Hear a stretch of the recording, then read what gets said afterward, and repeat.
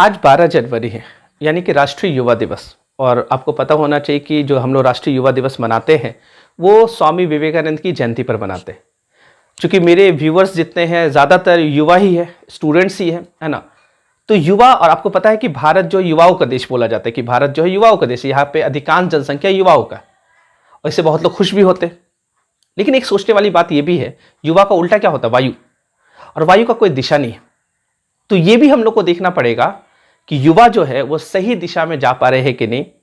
और इस चीज के लिए इनसे बढ़िया प्रेरणादायक कोई हो ही नहीं सकते। इनके जीवन से आप बहुत कुछ सीख सकते हैं। बहुत लोग के रोल मॉडल होते हैं स्वामी विवेकानंद। आज स्टेटस भी लगाएंगे, है ना, इनकी जयंती पे इनको, है ना, राष्ट्रीय युवा दिवस का स्टेटस लगाएंगे, फेसबुक पे लगाएंगे, वो ठीक है। लेकिन अगर कोई भी दिवस हम मनाते हैं या किसी महापुरुष की जयंती हम मनाते हैं तो उसके पीछे का उद्देश्य क्या होता है? आज इतने तक सीमित मत रहिए कि इनको बस इनका फोटो में आप माला पहना दीजिए, है ना। देखते नेता लोग माला वाला पहना देते, ये सब करते। आप वो ना करके इनके जीवन से सीखने का कोशिश कीजिए और अपने अंदर जो कमियां हैं उसको ढूंढिए और स्वामी विवेकानंद से स्वामी विवेकानंद जो दर्शन दिए थे, इनका जो शिक्षा है उस शिक्षा को अपनाने की कोशिश कीजिए। और जब इनका शिक्षा को आप अपनाइएगा तो ऑटोमेटिकली आपके अंदर की कमियां क्या हो जाएगी, है ना, कम होती जाएगी। और धीरे धीरे आप इन्हीं की तरह एक नए तरीके से आप इस भारत को या फिर इस समाज को देख पाएंगे और एक नया निर्माण कर पाएंगे। आप देखिएगा, आज हम लोग इस वीडियो में स्वामी विवेकानंद को पढ़ेंगे और देखेंगे, एक संक्षिप्त में ही देखेंगे कि स्वामी विवेकानंद का एक जीवन परिचय देखेंगे और देखेंगे कैसे शिकागो में जाकर के, अमेरिका में जाकर के अपने भारतीय संस्कृति का परचम लहराया था। किस प्रकार, जब उस जमाने की बात है, याद रखिएगा ये उस जमाने की बात है जब अंग्रेज हमारे पे हुकूमत करता था, अंग्रेज का शासन था और भारतीय संस्कृति को बड़ा हे दृष्टि से देखा जाता था। विश्व में पसंद नहीं किया जाता भारतीय संस्कृति को। बहुत सारे थिंकर्स ने हिंदू धर्म के बारे में और इंडियन कल्चर के बारे में बहुत कुछ लिखा, बहुत गंदा गंदा लिखा है। आप पढ़ोगे तो आपका खून खौल जाएगा, इतने गंदे तरीके से लिखा है। बहुत लोगों ने लिखा है कि भारत का जो यहाँ पे हिंदू कल्चर है या भारत का जो संस्कृति वो कुछ नहीं है, वो सिर्फ क्या है, वो एनिमल को पूजने वाला संस्कृति है। इनके यहाँ दो ही एनिमल हैं, एक बंदर है, एक गाय है, इसी को ये लोग पूछते रहते हैं। तो जो एनिमल को पूजेगा उसका मनोवृत्ति भी क्या होगा, वो एनिमल जैसा ही होगा। इस तरीके से थिंकर्स लोग लिखते थे भारत के बारे में। और मैं आपको बता दूं, ये बड़ा गौरवान्वित करने वाला बात है कि जब स्वामी विवेकानंद ने शिकागो में स्पीच दिया और अपने इंडियन कल्चर को बताया कि वाकई में इंडियन कल्चर क्या है, जो तुम सोचता वो इंडियन कल्चर नहीं है। और इन्होंने जब वेदांत दर्शन जब अपना रखा सामने, पूरे विश्व के सामने, स्वामी विवेकानंद के उस स्पीच के बाद किसी भी वेस्टर्न थिंकर का हिम्मत नहीं हुआ कि इंडियन कल्चर के अगेंस्ट में कुछ लिखे। इसे देखिएगा, स्वामी विवेकानंद एक क्रांति ले आए, स्वामी विवेकानंद ने एक नया पहचान दिया। तो चलिए आज हम लोग स्वामी विवेकानंद के जीवन से कुछ सीखने का प्रयास करते हैं और समझते हैं स्वामी विवेकानंद, है ना, किस प्रकार एक इतने कम उम्र में, इतने कम समय में, है ना, अपना नाम इतना ऊपर कर दिए कि ये हमेशा, है ना, अमर रहेगा। तो चलिए समझते। तो पहला चीज तो ये, स्वामी विवेकानंद जो थे, इनका बचपना देखिए किस तरीके से बीता। बड़े निडर व्यक्ति थे, है ना। और ये नहीं कि स्वामी विवेकानंद बनने के बाद, स्वामी विवेकानंद बनने से पहले इनका नाम था नरेंद्र नाथ दत्त। स्वामी विवेकानंद तो ये बाद में बने, इनका नाम था नरेंद्र नाथ दत्त। और इनका जो पालन पोषण होता था बड़ा अच्छे तरीके से होता था, क्योंकि इनके जो पिता थे वो विश्वनाथ दत्त उनका नाम था और वो कलकत्ता हाईकोर्ट में बैरिस्टर थे, है ना। बैरिस्टर मतलब एकदम सीनियर एडवोकेट थे और अच्छा खासा चलता था और बड़े लग्जरियस लाइफ जीते थे। इनके पिता बड़े शौकीन थे, रॉयल जीवन जीना पसंद करते थे। और स्वामी विवेकानंद मतलब मैं इनको नरेंद्र नाथ दत्त अभी बोलूंगा, है ना। तो नरेंद्र नाथ दत्त जो थे, उनको वो बचपन से इंग्लिश मीडियम में पढ़ाए, अंग्रेजी सिखाए। उनके पिता पाश्चात्य विचारधारा से भी प्रेरित थे। वो चाहते थे कि ये भी वेस्टर्न एजुकेशन ले, तो और उसको इंग्लिश मीडियम ये सब चीज़, है ना, वो सारा चीज़ दिए। स्वामी विवेकानंद बचपन से ही ये एक तरह से जिज्ञासु थे। हर चीज का इनके अंदर मतलब जिज्ञासा रहता था कि ये चीज कैसे हुआ, वो चीज कैसे हुआ, भगवान कैसे होते, ईश्वर कैसे, मतलब जिज्ञासु थे। और ये इनको, जैसे इनको कोई बोला कि उधर जो बगीचा है वहां मत जाना, वहां पे भूत आता है। तो इनको लगा अच्छा भूत आता है, भूत होता है क्या, चलो देखते जाके। वहां पे वो बगीचा पे अकेले बैठे हुए, रात भर बैठे। इसके दोस्त लोग आ रहे, बोले अरे क्या कर रहे हैं, चल चल क्या कर रहे हैं यहाँ पे। बोले मैं देखना चाहता हूं, भूत आ रहा है, तो मैं देखना चाहता हूं भूत कैसा होता है, क्या भूत मेरे से ज्यादा बलशाली है। तो बचपन में इन्होंने पहलवानी भी सीखा, कुश्ती, है ना, कुश्ती लड़ना सीखा। तो बड़े इनका बॉडी जो था बड़ा मजबूत बॉडी था। बचपन में ये कुश्ती लड़ना सीखे बचपन में ये घुड़सवार सीख लिए थे, बचपन में ये नाव चलाना सीख लिए थे, बचपन में ये तैरना सीख लिए थे। मतलब हर तरह का कला है ना, जितना फिजिकल वर्क होता था वो करते थे, इसलिए बॉडी इनका बड़ा मजबूत था। इसलिए बोले कि चलो देखते भूत कैसा होता है, हम उससे लड़ना चाहते हैं। तो इस टाइप के ये थे। होता क्या है कि इनके पिता की मृत्यु हो जाती है, और जब इनके पिता की मृत्यु होती है तो इनका जीवन यापन जो जिस तरीके से चलता था उस पर धीरे धीरे क्या आता है ना, धीरे धीरे एकदम कमी आता है। क्योंकि अब कमाने वाला कोई नहीं, लाइफ ये लोग एकदम लग्जरियस जीते थे, आदत हो गया था अच्छा अच्छा खाने का, ये सब करने का। अब धीरे धीरे एकदम है ना, इनका स्थिति बड़ा डामाडोल होने लगा, गरीबी की तरफ ये लोग बढ़ने लगे। ऐसा नौबत आ गया कि खुद खाने नहीं मिलता था, और विवेकानंद खुद अपनी आंखों से देखे थे। और चूंकि उस समय अंग्रेजों का हुकूमत यहां पे चलता था, और अंग्रेज को स्वामी विवेकानंद खुद देखे थे ये चीज कि अंग्रेज कैसे बंगाल में जो चावल होता था, जो धान का खेती होता था, और उस चावल को कैसे वो लोग समुद्र में फेंक देता था जहाज से ले जाके, और यहां पे आर्टिफिशियल अकाल ले आया था, आर्टिफिशियल फेमाइन ले आता था। मतलब जानबूझकर वहां पे अकाल ले आया, वहां पे अन्न की कमी कर देता था। इतना बड़ा शोषण है ना करने वाला। तो एक जमाना ऐसा भी था कि स्वामी विवेकानंद नास्तिक भी हो गए थे, और इनको मतलब भगवान से आस्था मतलब एकदम साफ खत्म हो गया था। क्योंकि इनकी माता जो थी वो बड़ी धार्मिक प्रवृत्ति की थी और बहुत पूजा पाठ करती थी, तो मां का असर इनके ऊपर था। लेकिन जब वो देखने लगे कि अंग्रेज हमारे पे इतना अत्याचार कर रहा है, तब वो ईश्वर कहाँ है, वो भगवान कहाँ है, वो आके अंग्रेज को ये क्यों नहीं कर दे रहा, अंग्रेज को मार क्यों नहीं दे रहा, यहां से भगा क्यों नहीं दे रहा, और जिनको भोजन नहीं मिल रहा, जो भूखे पेट रह रहे, जो मर जा रहे ऐसे ही है ना, तो भूख से इतने लोगों की मृत्यु हो रही है, तो भगवान उसको अन्न क्यों नहीं दे रहे। तो एक जमाने में इनके अंदर थोड़ा नास्तिकतावाद भी है ना डेवलप होना शुरू हुआ। आगे चल के ये फिर इस चीज का तलाश में, मैंने बताया कि ये बड़े जिज्ञासु किस्म के व्यक्ति थे, इस चीज का तलाश में कि ईश्वर होते हैं कि नहीं होते हैं, क्या है ईश्वर। वो जाके पहले ब्रह्म समाज में गए, वहां पे वो संतुष्ट नहीं हुए, फिर आगे चलकर धीरे धीरे भटके, बहुत सारे लोगों से मिले, इनको संतुष्टि कहीं भी मिला नहीं। फाइनली ये जाते हैं कहां पे, तो ये जाते हैं रामकृष्ण परमहंस के पास, जो कि इनके गुरु थे। और रामकृष्ण परमहंस के बाद जब भी वो जाते थे किसी भी संत के पास या किसी भी विद्वान के पास, एक ही सवाल करते थे, क्या भगवान होते हैं। वो बोलता था हाँ होते। ये क्वेश्चन करते, क्या तुमने देखा है भगवान को, क्या तुमने ईश्वर को देखा है। अब बोले अरे तुम कैसा बात कर रहा है। तो अब समझ जाते थे कि अरे इसके पास कोई नॉलेज नहीं है। पहले व्यक्ति मिले रामकृष्ण परमहंस, जब स्वामी विवेकानंद ने उनसे पूछा कि आपने भगवान देखा है, तो रामकृष्ण परमहंस बोले कि बिल्कुल मैंने देखा है, जैसे मैं तुम्हें देख रहा हूं वैसे ही मैंने भगवान को देखा। अब इनका जिज्ञासा और बढ़ गया, इनको लगा कि नहीं यही सही व्यक्ति है जो मुझे ईश्वर से कनेक्ट करवा पाएंगे। उसके बाद वो उनके शिष्य बन गए, और उनके द्वारा जो जो चीज सिखाया गया उसको वो फॉलो करने लगे और सीखना यहां से आरंभ किए, और बहुत तरीके से वो सीखे। रामकृष्ण परमहंस से सीखे। रामकृष्ण परमहंस ने कभी ये नहीं कहा इनसे कि किसी दूसरे धर्म से तुम नफरत करो। रामकृष्ण परमहंस ने कहा कि जिस भी धर्म में तुमको कुछ अच्छा चीज मिलता है, जिस भी सेक्ट में, कुछ भी पंथ में तुमको कुछ अच्छा मिलता है, वहां से तुम उसको ले लो। जो खराब चीज तुमको लगता है उसको छोड़ दो, अच्छी चीज को ले लो। चाहे वो क्रिश्चियनिटी है, चाहे वो बुद्धिज्म है, चाहे वो इस्लाम है, कोई भी है, जो भी अच्छा लग रहा है तुम वहां से उसको तुमको वही चीज चाहिए, है ना। तो ये बहुत सारा चीज अलग अलग धर्म से भी इनका कहीं ना कहीं प्रभाव पड़ता है। बुद्धिज्म का भी इनमें प्रभाव पड़ता है, क्रिश्चियनिटी का थोड़ा बहुत प्रभाव पड़ता है। स्वामी विवेकानंद क्रिश्चियनिटी से इन्होंने क्या लिया, जब जो ईसा मसीह का इन्होंने कहानी सुना कि ईसा मसीह जब मरने के बाद फिर से जीवित हो गए, जो कहानी मिलता है, उसके बाद इनके जितने शिष्य थे उन्होंने बोला कि फरिश्ते ने क्या कहा, क्या मैसेज भेजा, ईश्वर का क्या मैसेज है। तो ईसा मसीह कहते हैं go and serve humanity through education and medicine, कि जाओ और मानव की सेवा करो एजुकेशन से और मेडिसिन से। इसका मतलब ये हुआ कि जहां पे अज्ञानता फैला हुआ है वहां पे तुम अपना ज्ञान दो और वहां पे ज्ञान का रोशनी जलाओ, और जहां पे लोग बीमार हैं, जहां पे लोग परेशान हैं, वहां पे मेडिसिन के माध्यम से, है ना, वहां पे मेडिसिन के माध्यम से उन लोगों को क्या करो, है ना, उसका उपचार करो। तो एक हाथ में बाइबल को रखो, एक हाथ में क्या रखो, दवाई को रखो, और जाके मानव का सेवा करो। यही तुम्हारा, यही ईश्वर का संदेश है। ये चीज इनको बड़ा प्रभावित किया, और ये क्रिश्चियनिटी से सीखे। बुद्धिज्म से इन्होंने सीखा क्या, बुद्धिज्म से, बौद्ध धर्म से इन्होंने सीखा कि सामूहिक मोक्ष कैसे लेते। जब इन्होंने महायान को पढ़ा और जब बोधिसत्व का कॉन्सेप्ट इन्होंने पढ़ा, क्योंकि बोधिसत्व में क्या होता है, सामूहिक मोक्ष का सिद्धांत है कि बोधिसत्व कहता है कि मैं मोक्ष के दरवाजा के करीब खड़ा हूं, और मैं तब तक मोक्ष नहीं लूंगा जब तक सारे संसार में बैठे लोग मोक्ष नहीं ले लेते।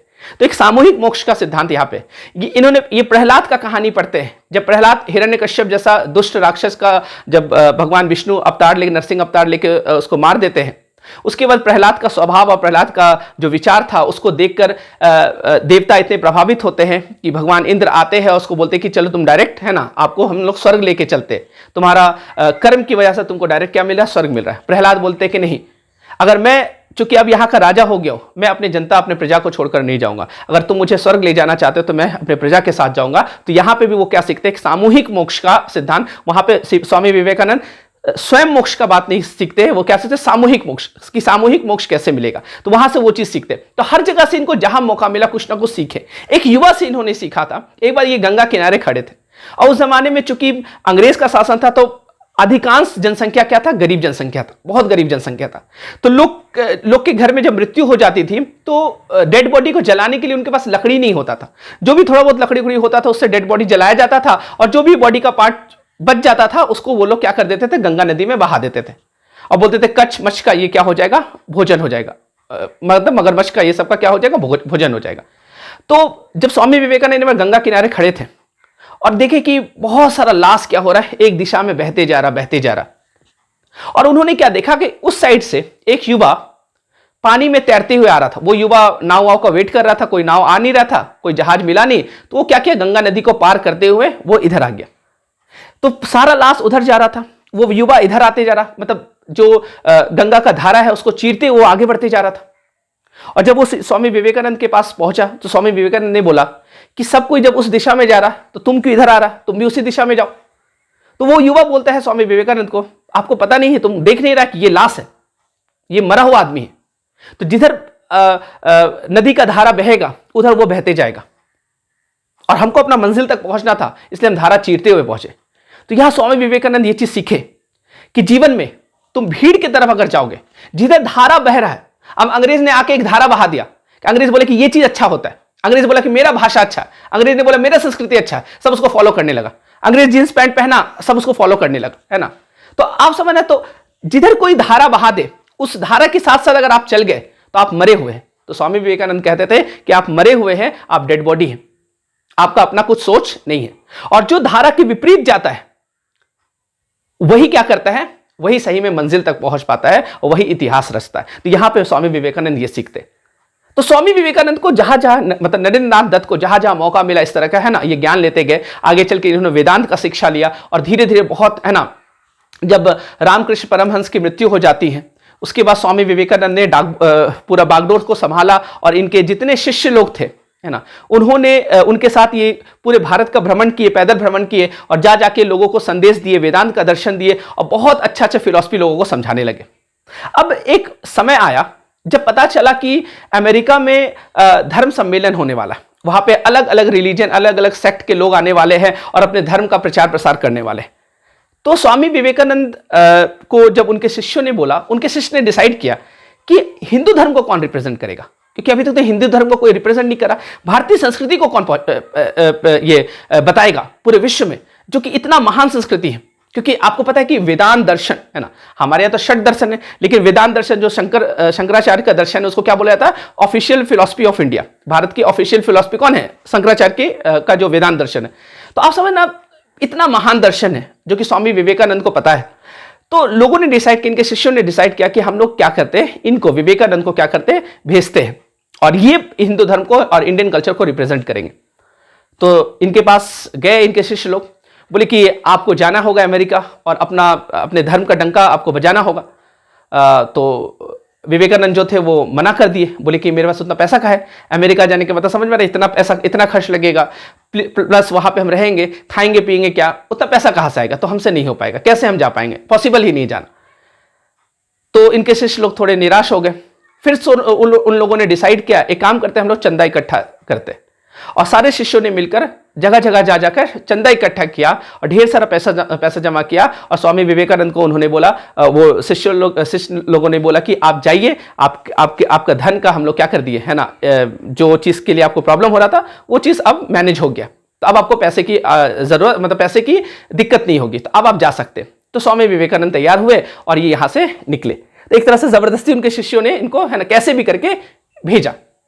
जब वो अमेरिका पहुंचते हैं तो अमेरिका पहुंचने के बाद भी उनको बहुत परेशानियां होती है, क्योंकि अमेरिका में जब वो पहुंचते हैं तो दर दर का उनको एक तरह से ठोकर लगता है, कहीं पता ही नहीं चल पाता है कि कहाँ पे सम्मेलन होगा, कैसे हम वहाँ तक पहुँचेंगे, मेरे स्पॉन्सर कौन करेगा, नाम भी लिखा गया होगा, कैसे क्या होगा। तो एक महिला उनको मिलती है, एक महिला उनसे बात करती है, और जब स्वामी विवेकानंद से एक घंटा 2 घंटा जब वो बात की, इनके विचार से इतनी ज़्यादा प्रेरित हो गई कि वो बोली कि रुकिए, हम आपके लिए ये व्यवस्था करते हैं। जब उनसे पूछा गया कि आप क्यों आए हैं, बोली देखिए मैं तो अमेरिका आया हूँ, वो तो यहाँ पे अमेरिकन वाले मुझे चिढ़ा रहे, कोई बोल रहे इंडियन डॉग है ना, तुम कौन है, तुम ये है, मुझे कोई गाली दे रहे, कोई कुछ कर रहे, मुझे बस उस मंजिल तक पहुंचा दीजिए आप।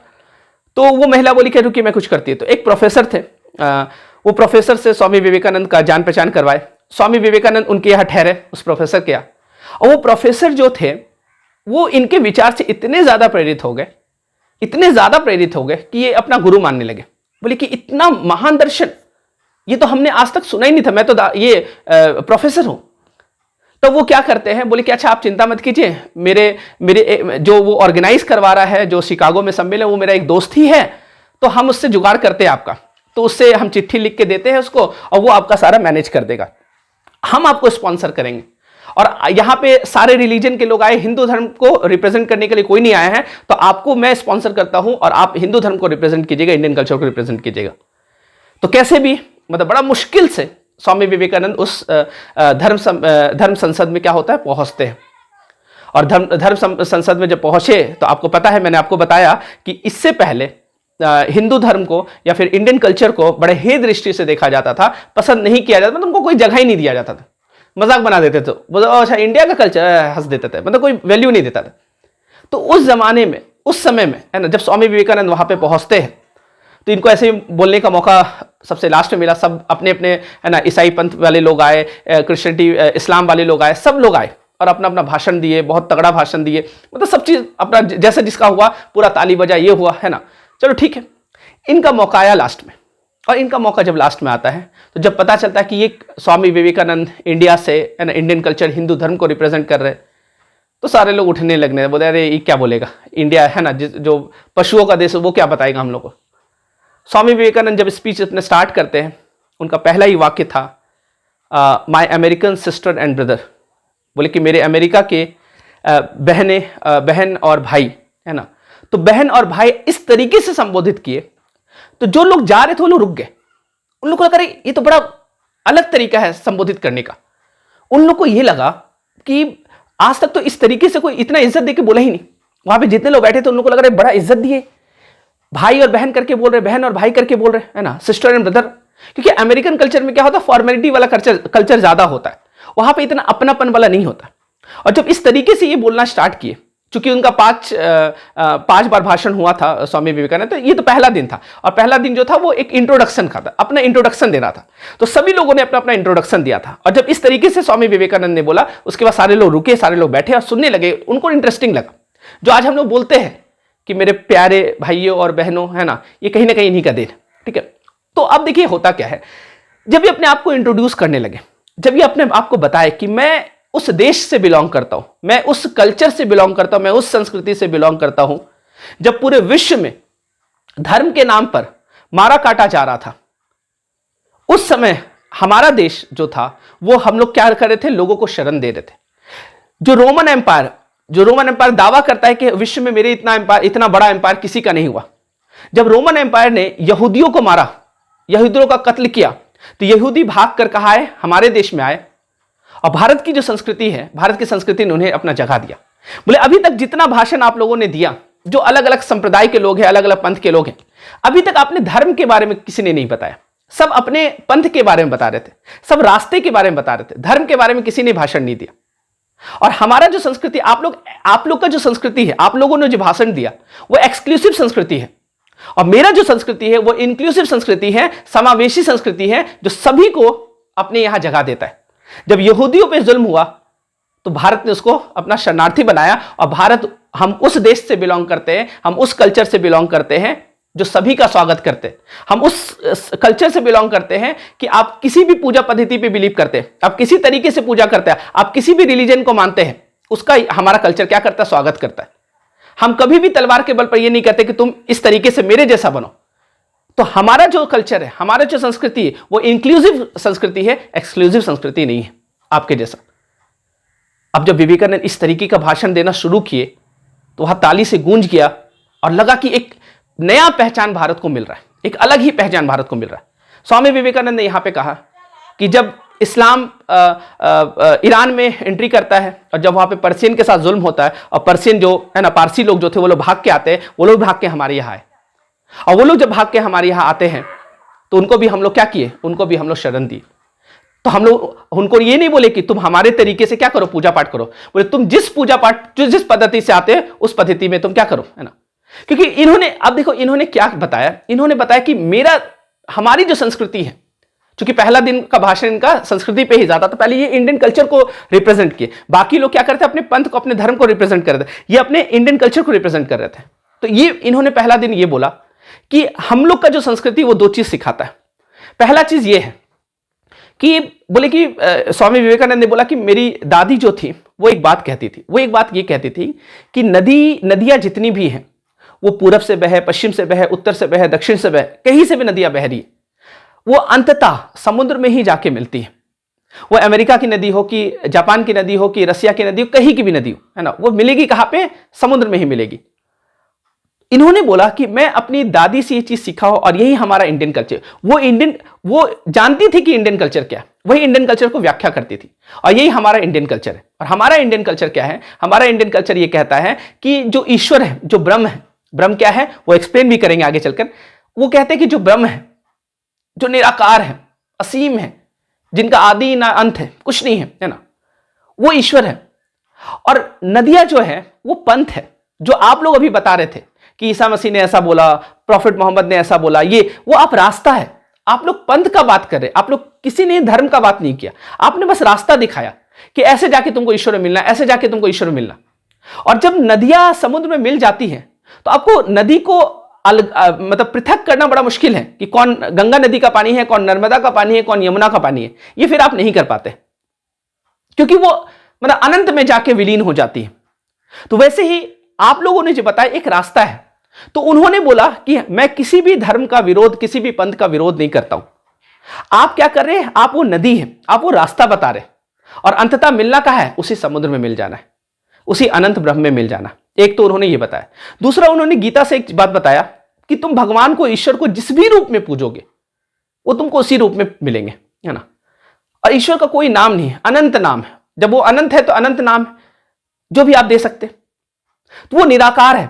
अब देखिए स्वामी विवेकानंद ने बड़ा अच्छा व्याख्या किया कि आप भी कहते हैं कि निराकार है, खुदा निराकार है ना, आप भी कहते हैं कि जो गॉड है वो निराकार है, लेकिन आपके निराकार और मेरे निराकार में क्या अंतर है, कुछ अंतर है।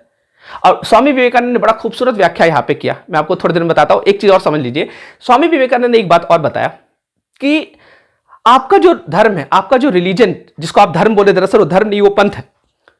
आपका जो पंथ है, आपका में अगर एक पुस्तक को निकाल दिया जाए, आपका में एक व्यक्ति को निकाल दिया जाए, फिर उसके बिना आपका रिलीजन खत्म हो जाता है। आपके रिलीजन में हम मोहम्मद को निकाल देंगे, आपके रिलीजन में हम कुरान को निकाल देंगे, तो फिर रिलीजन नहीं रह जाता। आपके रिलीजन में हम ईसा मसीह को निकाल देंगे, आपके जो पंथ है आपका, उसमें हम बाइबल को निकाल देंगे, फिर आपका वो खत्म हो जाता है। लेकिन हमारे यहाँ, हमारे जो भारत का संस्कृति, हमारा जो हिंदू धर्म है, उसमें कोई एक किताब नहीं है, कोई एक प्रॉफिट नहीं है, एक कोई पैगंबर नहीं है जो एक ने रास्ता बताए, एक विचार नहीं है। हमारे यहां अनेकों विचार है। जब वो अनंत है तो उसको समझने के लिए भी तो अनंत किताब की जरूरत है, उनको समझने के लिए भी तो अनंत विचार की जरूरत है। इसलिए स्वामी विवेकानंद यहां पे अपने इस चीज को व्याख्या करते हैं। किस तरीके से आप समझिएगा कि आपका निराकार, हमारे निराकार में क्या अंतर है। देखिए ईश्वर जो है वो तो निराकार है, लेकिन अगर आप आकार का मतलब मूर्ति पूजा करने लगिएगा तो आपके यहां क्या कर देगा, कत्ल कर देगा। आपके अधर्म में बताया कि उसका गर्दन काट दो, है ना, उसको मार दो, वो मूर्ति पूजा करता है। हमारे यहाँ ऐसा नहीं है। हमारे यहाँ सगुण भी पाए जाते हैं, सगुण ब्रह्म की भी पूजा होती है, निर्गुण ब्रह्म की भी पूजा होती है हमारे यहाँ। क्योंकि अभी स्वामी विवेकानंद ने बताया कि हम लोग क्या करते हैं, हम लोग का इंक्लूसिव संस्कृति है, हम लोग सभी को समावेश कर लेते हैं अपनी संस्कृति में। तुम जिस रूप में पूजना चाहो उस रूप में पूछ सकते हैं। ये स्वीकृति है, ये सहिष्णुता है, ये स्वामी विवेकानंद सिखाते हैं। और यहां पे स्वामी विवेकानंद किस तरीके से समझाते समझिएगा। स्वामी विवेकानंद बोलते हैं कि वो तो अनंत है, उसका कोई रूप नहीं, वो निराकार है। लेकिन हमारा जो बुद्धि है, हमारा जो विवेक है, वो छोटा सा है, बहुत कम है। तो वो अनंत है। अनंत को समझने के लिए अनंत वाला बुद्धि होना चाहिए आपका, नहीं, लेकिन बुद्धि आपका अल्प है। तो अल्प से आप अनंत को कैसे समझ पाइएगा, सीमित से असीमित को कैसे समझ पाइएगा, क्योंकि ब्रह्म जो है वो असीमित है। और असीमित को समझने के लिए आपका सीमित ब्रेन अगर है ना, नैरो माइंडेड अगर आपका ब्रेन है, बहुत संकुचित ब्रेन है, तो आप उसको कैसे समझ पाइएगा। तो स्वामी विवेकानंद ने बोला, इसलिए जो अल्प बुद्धि के लोग हैं वो असीमित को नहीं समझ पाते, तो उन्होंने क्या किया, मूर्ति को बनाया। तो हम हर व्यक्ति ने अपने अलग तरीके से भगवान को देखना शुरू किया, पूजना शुरू किया, वो मूर्ति बनाना शुरू किया, और मूर्ति बनाकर वो क्या कर रहा है, एक तरह से वहां पे लीन होने की कोशिश कर रहा है। तो ये सगुण ब्रह्म, वो सगुण ब्रह्म भी सत्य है उसके लिए, वो उस तरीके से अल्प बुद्धि है, इसलिए उतना भर ये क्या कर पा रहा है। अब मान लीजिए कि 2 लीटर का कोई बर्तन है और आप दूध उसमें डाल रहे, 2 ही लीटर हटेगा ना, 3 लीटर 4 लीटर दूध डालिएगा तो हटेगा क्या, नहीं हटेगा ना, वो बाहर हो जाएगा। तो बुद्धि उसका उतना ही तक सीमित है, तो वो असीमित को कैसे पहचान पाएगा।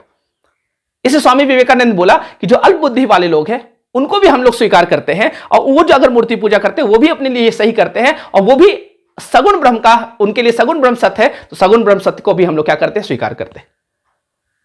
और जिनका विवेक, जिनका बुद्धि है ना, एक आप कह सकते हो कि जो बहुत विद्वान हो चुके, जिनका आत्मबोध है ना, आत्म जागृति जिनका हो चुका है, वैसे लोग निराकार ब्रह्म का पूजा करते हैं, और वो निर्गुण है ना, निर्गुण ब्रह्म को मानते हैं, वो निराकार के रूप में उनको देखते हैं। आप यहां पे स्वामी विवेकानंद ने हमला किया एक तरह से, है ना। उन्होंने बोला कि आप कहते हैं कि ईश्वर जो है वो 7वें या फिर 14वें आसमान पे बैठा हुआ है। इनका मानना है कि नहीं, यही अंतर है आप में और हम में। हमारी संस्कृति बताती है कि वो समय काल सबसे परे है, वो कैसे 7वें आसमान पे बैठ सकता।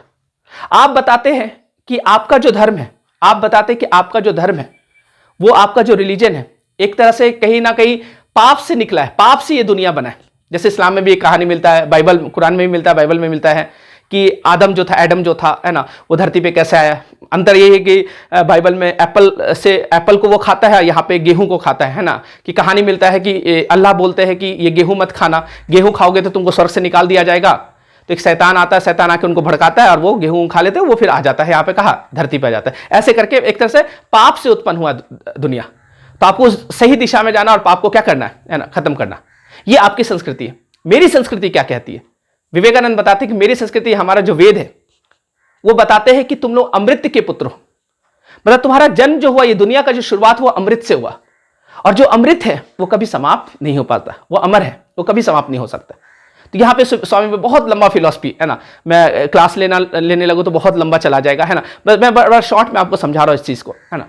वो साबित करते हैं कैसे हमारे यहाँ सगुण ब्रह्म भी चलता है, निर्गुण ब्रह्म, कैसे हम लोग मूर्ति पूजा भी करते हैं और निराकार को भी हम लोग पूछते हैं, कैसे हम लोग को तो चारवाक को भी जगह देते हैं हम लोग के यहाँ। इसलिए स्वामी विवेकानंद बोले कि एक पुस्तक नहीं है, जो वेद को नहीं मानते उनको भी हम लोग जगह देते।